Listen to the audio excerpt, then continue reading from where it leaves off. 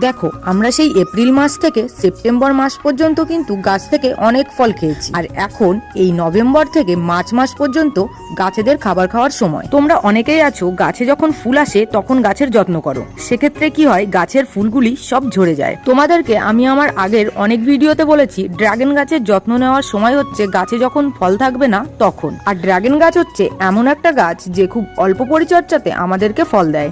তোমরা এই ড্রাগন গাছটাকে দেখতে পাচ্ছ, শেকড়গুলি মাটির উপরে উঠে এসেছে। যদি তোমাদের বাড়িতেও এরকম ড্রাগন গাছের শেকড়গুলি মাটির উপরে উঠে আসে তাহলে মনে করবে গাছের গোড়ায় মাটি দিতে হবে। দেখো, যে কোনো গাছের পরিচর্যার উপর নির্ভর করেই কিন্তু গাছে ফল আসে। আমি আমার ড্রাগন গাছের জন্য ফলের খোসা, খোল পচার জল আর জৈব সার ব্যবহার করি।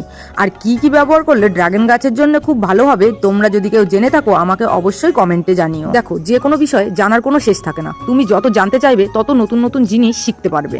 আরো নতুন নতুন টিপস পেতে হলে আমার চ্যানেলটিকে অবশ্যই সাবস্ক্রাইব করতে হবে।